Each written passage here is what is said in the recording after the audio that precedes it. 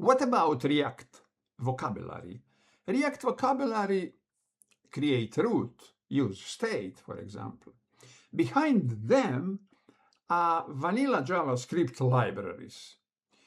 If createRoot or useState were sent directly to the JavaScript engine, they would be reported as unknown. Instead, the JavaScript engine interprets the vanilla JavaScript library behind them.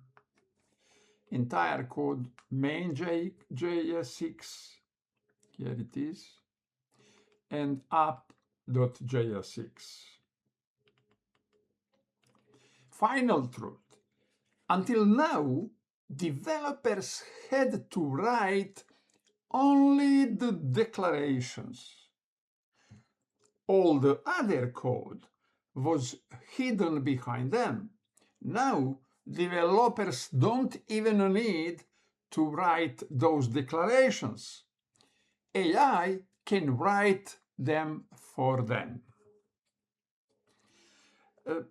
It's all for this video. If you know somebody that needs videos like that, tell them about.